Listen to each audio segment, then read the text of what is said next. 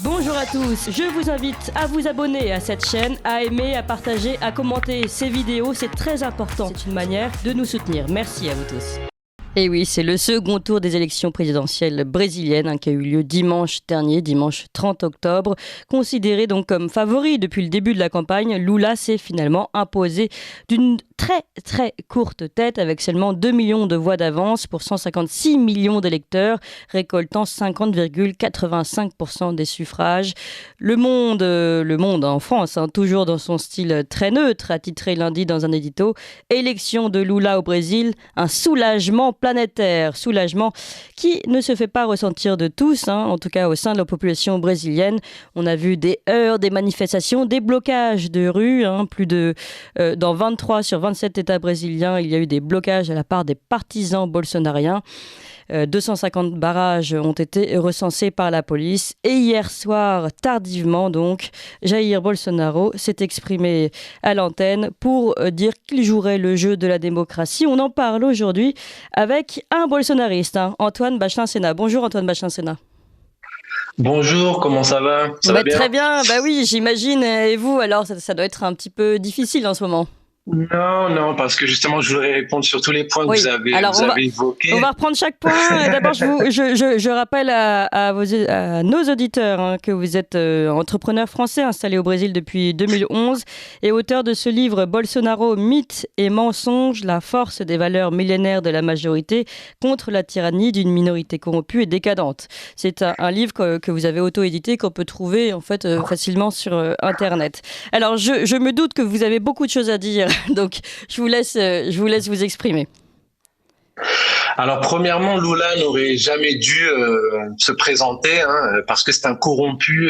Ça a été prouvé, il a été condamné. C'est pas seulement des milliards, ce sont des trillions qui ont été détournés dans différents pays. Des scandales de corruption, que ce soit le Petrobras, le Mensalão, Odebrecht, JBS. Donc énormément de corruption, ça c'est le premier point. Deuxième point, celui qui est à la tête du tribunal supérieur électoral, c'est Alexandre de Moraes. Alexandre de Moraes a été nommé par Lula et Dilma. C'est un avocat du PCC qui est un groupe de mafia narcotrafiquants. Donc voilà qui dirige le tribunal supérieur électoral. Un petit peu pour montrer un petit peu le cadre. Premier point. Deuxième point, on a eu durant les élections le tribunal supérieur électoral qui n'a pas diffusé aux radios la propagande électorale de Bolsonaro, et l'équipe de s'en est plein. On a extrêmement de personnes, énormément de Brésiliens qui réclament que lorsqu'ils arrivaient au guichet pour aller voter, la responsable leur disait que quelqu'un avait déjà voté à leur place. On a énormément de preuves de fraude. J'ai vu des témoignages en effet dans ce sens.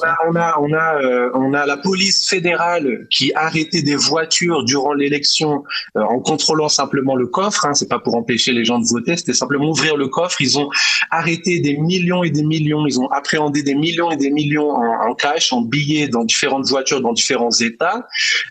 Et cet argent était utilisé pour acheter des votes. Donc on a énormément ça, c'est ce que vous points. Considérez. Vous considérez que cet argent est un argent de corruption. Cela a été montré. C'était derrière les écoles pour voter. C'était très près des écoles. Ça a été montré. La police fédérale elle-même l'a montré, a interrogé certaines personnes, certains suspects, et celui qui est à la tête du tribunal supérieur électoral a reconnu aussi que la police fédérale avait arrêté des personnes qui avaient énormément d'argent en cash. Donc ça a été reconnu, ça a été prouvé. Donc il y a énormément de points qui montent vers la fraude. Et Bolsonaro n'a pas donné son poste à Lula. Donc les médias comme d'habitude qui disent que Bolsonaro a renoncé. Bolsonaro n'a pas renoncé. Alors on va revenir sur son discours de Bolsonaro. Vous avez raison de revenir sur ce point-là. Et d'ailleurs, je n'ai pas dit qu'il avait reconnu sa défaite. J'ai dit qu'il avait expliqué qu'il jouerait le jeu de la démocratie. C'est différent. Voilà. Alors sur ce point-là, justement, ce qu'il veut dire, c'est qu'il a toujours respecté la Constitution. C'est quelqu'un qui est toujours démocratique. C'est quelqu'un qui n'a jamais transgressé, comme par exemple ce directeur du tribunal supérieur électoral, qui lui a fraudé. Par exemple, il n'a pas donné les propagandes électorales de Bolsonaro aux radios, Mais qui ça normalement c'est étaient quand même. son Alors rôle. Donc attendez, c'est ça lui c'est qui quand même très transgresse. très grave. C'est-à-dire que et c'est facile à Tout à fait, prouver. tout Donc à fait. aucune Et propagande ça qui est prouvé, électorale ça a été pour prouvé, ça a Bolsonaro été prouvé. n'ont été diffusées, c'est ça, sur tous les médias C'est pas officiels? aucune, c'est très peu. C'est pas aucune, c'est Hmm. très peu. C'est-à-dire, il y a 59 jours, l'équivalent à 59 jours de propagande radio qui n'a pas été diffusée dans les régions du nord du Brésil. Et Hmm. ça, c'est le directeur de la communication entre le premier et le deuxième tour qui a expliqué tout ça et qui a montré toutes les preuves aussi. Le tribunal supérieur électoral a demandé qu'en 4 heures, toutes les preuves soient avancées, données, un dossier complet a été donné. Et forcément, le corrompu Alexandre Dumoraes, qui a été nommé par Lula et Dilma, qui est la tête du tribunal supérieur Hmm. électoral, n'a pas donné suite. C'est l'avocat d'un narcotrafiquant ami de Lula, du D'accord. groupe du PCC. Mais si ces preuves sont aujourd'hui claires et défendables, a priori, il y a peut-être des recours qui sont possibles. Alors on va revenir d'abord, avant Tout à de fait. continuer sur la Bolsonaro fraude. a fait un recours justement au tribunal supérieur fédéral, mais D'accord. le tribunal supérieur fédéral aussi est rempli de ministres qui ont été nommés par Lula et Dilma. Hmm. Alors, on va revenir sur la fraude parce qu'il y a encore beaucoup de questions en effet à ce sujet-là. Puisque vous avez évoqué le discours de Bolsonaro, je vous propose, j'ai repris quelques phrases en fait de Bolsonaro. Donc, les personnes qui sont dans la rue aujourd'hui, parce qu'il faut le dire, hein, les rues aujourd'hui sont quand même emplies de manifestants mécontents, de bolsonaristes mécontents. Et ça grossit. Et ça grossit, voilà, c'est vraiment un mouvement d'ampleur. Ces personnes sont le résultat, je le cite, hein, et je le traduis bien sûr, du fruit d'une indignation et d'une injustice de la façon dont les élections se sont déroulées. Et un petit peu plus tard, toujours dans le même discours hein, qu'il a donné hier soir, il explique « J'ai toujours été accusé d'être anti-démocrate et pourtant j'ai toujours joué le jeu des règles démocratiques. Je n'ai rien dit sur le contrôle ou sur la censure des médias ou des réseaux sociaux et je continuerai de respecter la Constitution. » Voilà exactement ce propos. Peut-être qu'on peut déjà sur ce point développer un petit peu sur la censure des médias. Justement, celui qui est à la tête du tribunal supérieur électoral, Alexandre Dumoraes, qui a été nommé par Lula et Dilma, lui a censuré, alors que c'est pas son pouvoir, il a censuré certains médias durant la campagne aussi. Il a censuré Jovem Pan, il a censuré énormément de journalistes et il leur a même interdit d'utiliser certains mots. Ces journalistes de Jovem Pan étaient interdits d'utiliser les mots corruption avec Lula, interdit de dire que Lula était corrompu. Donc on a une censure vraiment terrible. Et Lula lui-même dans son programme électoral, a expliqué qu'il allait censurer les médias. Donc c'est un vrai programme de contrôle des médias communistes, autoritaires, terrible, qui a été présenté. Alors, qu'est-ce que vous pensez, toujours sur son discours, que cela signifie, cette question de j'ai toujours joué la règle du jeu démocratique. D'ailleurs, il dit vous pouvez manifester, mais sans prendre les méthodes de la gauche, dit-il. Et je continuerai de respecter la Constitution. Ouais. Alors, ça veut dire quoi ? Alors, ça veut dire que dans la Constitution, et la CNN brésilienne, qui est très à gauche, l'a expliqué aussi, que la Constitution autorise à créer un tribunal militaire. Ça, c'est le premier point. Le deuxième point que je vais expliquer, c'est que le tribunal supérieur électoral, alors qu'un hacker était présent durant 8 mois et surveiller, regarder, était en tout cas à l'intérieur du serveur. Le tribunal supérieur électoral a appelé la police fédérale pour que la police fédérale enquête. Le moment où la police fédérale voulait enquêter justement pour savoir si ce hacker était resté 8 mois, qu'est-ce qu'il faisait dedans, dans le serveur, le tribunal supérieur électoral a payé une entreprise de TI tercérisée pour déléter les logins, pour déléter tous les ID, ce qui est très étrange, ce qui est très bizarre. Mais donc l'armée a été invitée aussi par le tribunal supérieur électoral, donc les experts cybernétiques de l'armée, à faire un audit du système électoral électronique, et ils ont élaboré 100 points à améliorer. Mais ensuite, une fois que ce rapport a été fait, le tribunal supérieur électoral n'a changé rien du tout, n'a changé aucun point, alors que l'armée, les experts cybernétiques ont exposé 100 points dans un rapport sur les risques divers et variés de ce système de vote électronique. Ils n'ont rien fait. Ça, c'est le premier point. Le deuxième point, c'est que de toute façon, un rapport par l'armée allait être fait, parce qu'il avait été demandé aussi par le tribunal supérieur électoral, entre le premier et le deuxième tour. Et ce rapport allait sortir cette semaine. On espère que ce rapport va sortir demain. Et ce rapport de l'armée, des experts cybernétiques, va exposer aussi la fraude, mais de A à Z, pas seulement la fraude électronique, avec les machines qui ont aussi grossi de façon linéaire, comme lors des élections aussi en France ou des élections américaines. Aux États-Unis, on a la même progression linéaire avec des mathématiciens qui vous expliquent que c'est pas possible. Une diminution à partir de peu de pourcents déjà. Bolsonaro ne fait que diminuer. Et on a au niveau du premier et du deuxième tour le même moment où Bolsonaro diminue, le même moment où Lula augmente, tout en linéaire. Voilà. Mais en plus de ça, extrêmement des éléments que je vous ai apportés aussi avec des achats en billets. Donc il y a énormément de corruption. Donc vous pensez que la mise en place d'un tribunal militaire... L'armée demain, voilà. Alors, on voit énormément de vidéos de citoyens brésiliens qui manifestent devant même les casernes des militaires. Ils chantent l'hymne brésilien devant la caserne militaire. Et on voit énormément de chars passer, énormément de militaires qui reviennent. Et on espère quelque chose. Bolsonaro, depuis 2018 déjà, lorsqu'il avait été élu, il avait énoncé ces problèmes-là. Et lui, il était en faveur du vote papier. C'est-à-dire qu'une fois que vous avez voté dans l'urne, qui est quelque chose de seulement électronique, vous avez aussi un papier qui tombe sur le côté comme une sorte de reçu que vous pouvez montrer, que vous pouvez comparer. Donc, vous avez quelque chose de physique plutôt que quelque chose d'abstrait. Vous cliquez, vous ne savez pas où ça allait. Donc, il y avait aussi cette possibilité-là qui n'a pas été développée par le tribunal supérieur électoral, qui est dirigé, je le répète, par un ami de Lula.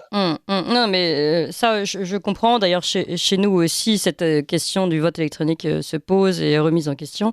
Alors, concernant, donc là, vous pensez que finalement, l'armée pourrait mettre en place, en tout cas, il pourrait y avoir un tribunal militaire qui pourrait remettre en question ces élections. On est clair là-dessus.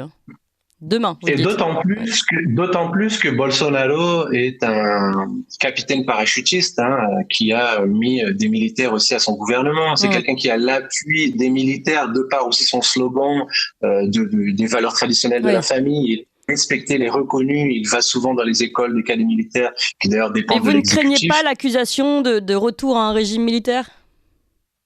On a de toute façon cette accusation, vous savez, la gauche qui était auparavant communiste dans les années 1950-1960 est aujourd'hui déguisée en socialiste. Cette même gauche comme Dilma Rousseff qui mettait des bombes et a tué des personnes en mettant des bombes dans les rues parce qu'il voulait instaurer une dictature communiste au Brésil, à l'exemple de Cuba.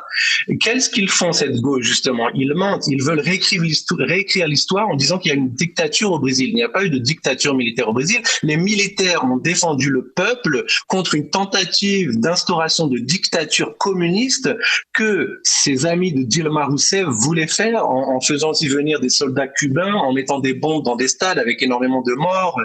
C'est ce qui s'est passé. L'armée, à l'époque, avec l'appui du peuple, a défendu les citoyens et on avait beaucoup de manifestations au Brésil, no será uma nova Cuba, le Brésil ne sera pas un nouveau Cuba. On avait des manifestations de millions de personnes contre la tentative d'instauration d'une dictature communiste que ces communistes, des amis de Dilma, qui sont aujourd'hui déguisés en socialistes, ils ont essayé de réécrire l'histoire. À l'époque, ils ont été au pouvoir. Ils ont voulu changer aussi les manuels scolaires en disant que il n'y a pas eu de tentative d'instauration de dictature communiste.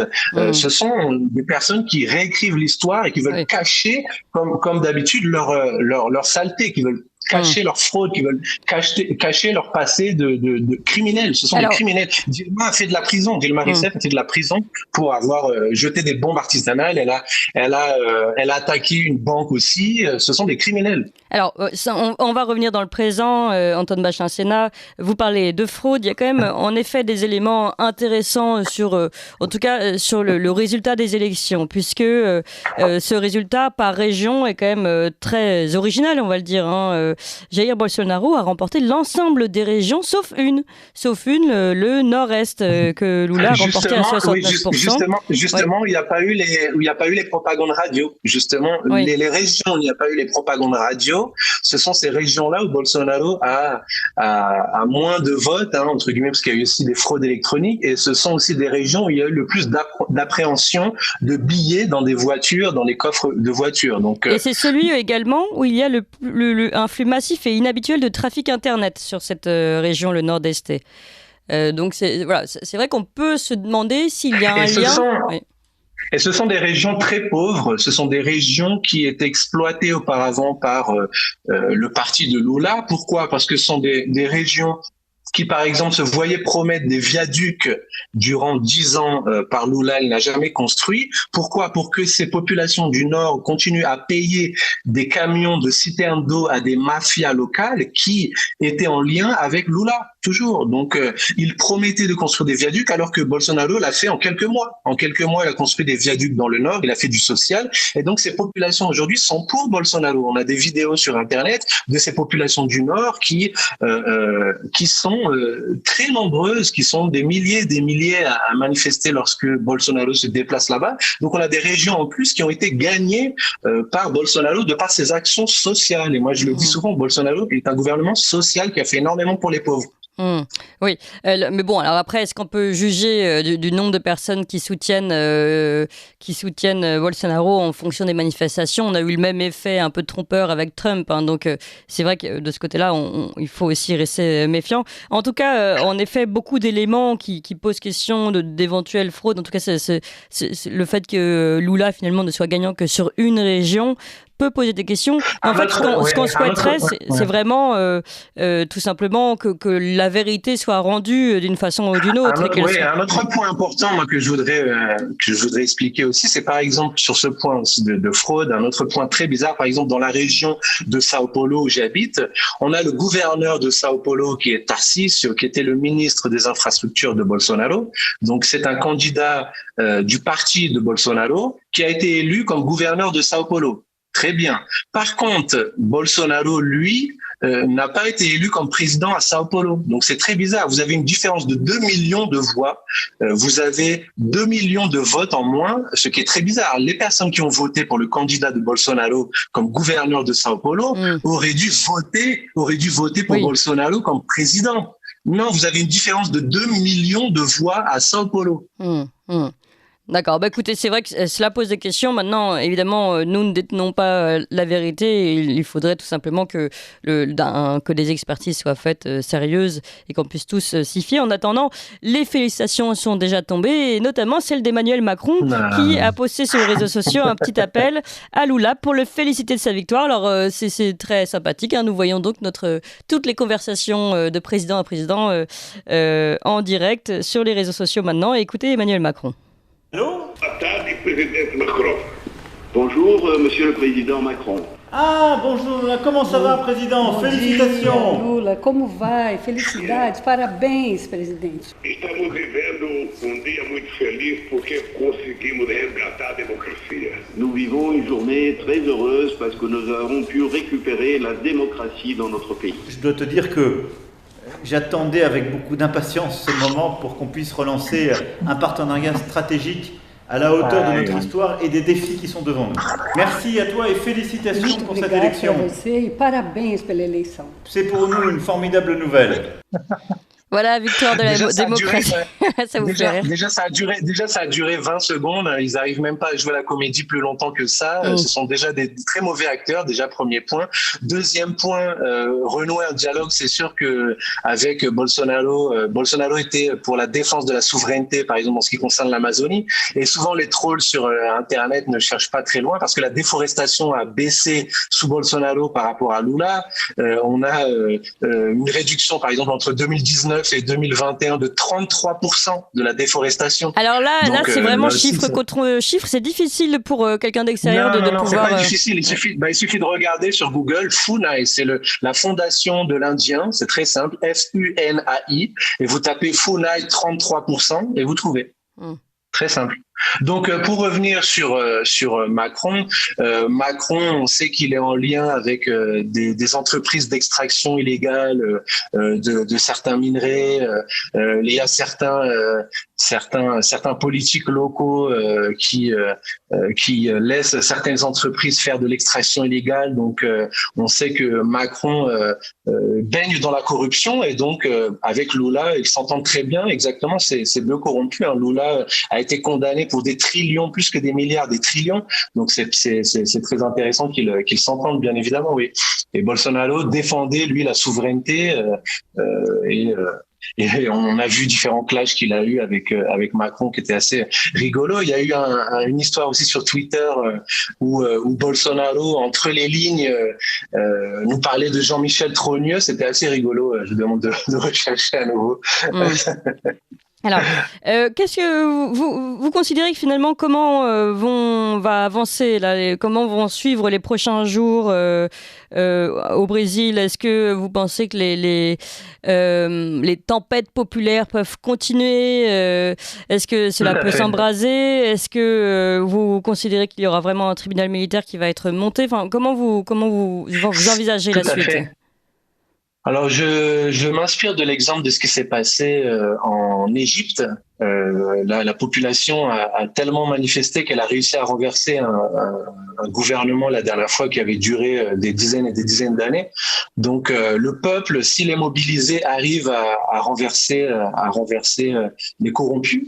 Et il faut tenir. Le rapport de l'armée va sortir bientôt. Donc, cela va s'intensifier. Cela s'intensifie depuis dimanche. Donc, ça va augmenter. Un des fils de Jair Bolsonaro aussi a demandé plus de monde dans les rues. Et naturellement, les gens le font. Donc, ça va s'intensifier. On va voir jusque quand ça dure. Écoutez, à suivre. Que ça peut durer jusque décembre, je pense. Ça peut durer vraiment en longueur parce que de toute façon, il prend juste le poste en janvier, Lula. Mais ça va continuer, ça va s'intensifier. Il faut tenir dur. D'accord, ça on a compris en tout cas la voix d'un bolsonariste. Merci beaucoup Antoine Bachelin-Sénin. Je rappelle votre livre Bolsonaro, mythe et mensonge, un livre auto-édité. Merci encore.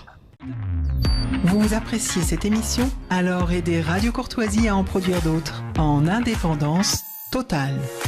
Rendez-vous sur soutenir.radiocourtoisie.fr. Merci d'avance.